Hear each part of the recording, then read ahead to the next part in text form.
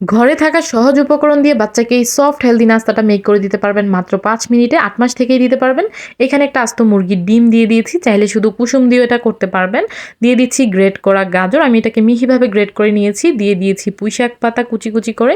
দিয়ে দিচ্ছি একটু রসুন, পেঁয়াজ কুচি দিয়ে একটু লবণ দিয়েছি যেহেতু ১ বছর প্লাস।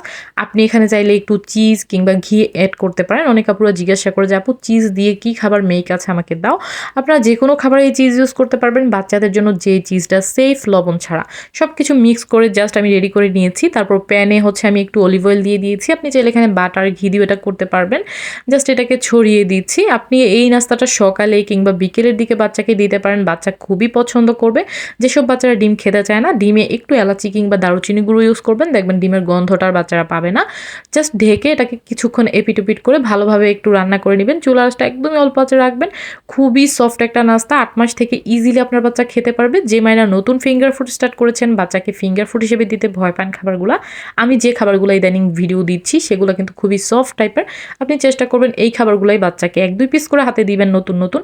ধীরে, ধীরে বাড়াবেন। দেখবেন বাচ্চা ইনশাআল্লাহ নিজে, নিজে খাওয়া শুরু করবে।